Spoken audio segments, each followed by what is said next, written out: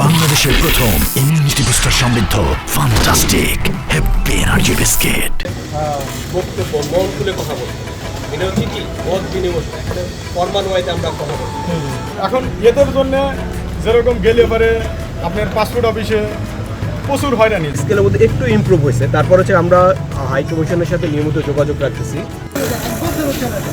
কিন্তু আমরা পাসপোর্ট হাতে পাই না, তাহলে আমরা এখানে কীভাবে থাকবো? যদি একটা প্রবাসী তাদের কাছে কোনো কিছু বিজ্ঞান পাসপোর্ট বানাইতে একটা এম্বাসিডার থাকে, এম্বাসি থাকে, এম্বাসির ভিতরে আমি 10টা খুন করে এম্বাসির ভিতরে ঢুকে গেলে গা আমারে আনার কোনো অধিকার নাই, যে পর্যন্ত আমার এম্বাসিডার আমারে না ধরাই দিবে। তো সামনে কি আছে? এই যে সেটা সাধারণ মালাইকা দূরে খাপড় দিতে আছে গালি দিয়া। সাধারণ বিষয় আমরা ইউনিভার্সিটিতে আসা আসলে ওইভাবে প্ল্যান ছিল না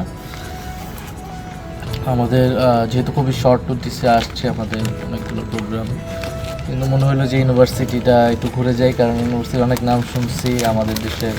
আমাদের পার্টিতে তো আলাউদ্দিন ভাই আছে, আতিক মুজাহিদ ভাই, দুইজন তো ইউনিভার্সিটি, হ্যাঁ, তো আইআইএমের নাম আমরা অনেক শুনছি।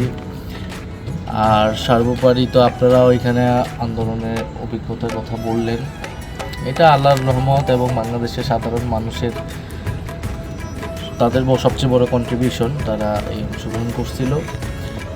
আর ইউনিভার্সিটিতে আসা যেহেতু আমাদেরও আন্দোলনটা ইউনিভার্সিটি থেকেই, ছাত্র আন্দোলন থেকে, ফলে যে কোনো দেশে বা যে কোনো জায়গায় ইউনিভার্সিটির প্রতি আলাদা একটা টান থাকে। সে কারণে মূলত দেখতে আসা, যে কারণ আমরা তো চাই বাংলাদেশের শিক্ষা ব্যবস্থা, বিশ্ববিদ্যালয়গুলোকে আমরা নতুন করে গঠন করি। তো সেক্ষেত্রে আসলে আন্তর্জাতিক মানের যে বিশ্ববিদ্যালয়গুলো আছে সেগুলো আমাদেরকে ফলো করতে হবে, আমরা করতেছি, যাতে বাংলাদেশে আমরা আমাদের সেই পরিবর্তনটা আনতে পারি। আপনারা এই বন্ধের দিনে, এই রোদের মধ্যেও আপনারা যারা আসছেন আপনাদেরকে অনেক ধন্যবাদ, কৃতজ্ঞতা। ইনশাল্লাহ আপনাদের সাথে দেখা হবে। আর এখানে যারা আরও পড়াশোনা করে তাদের আমার শুভেচ্ছা এবং সালাম পৌঁছায় দেবেন।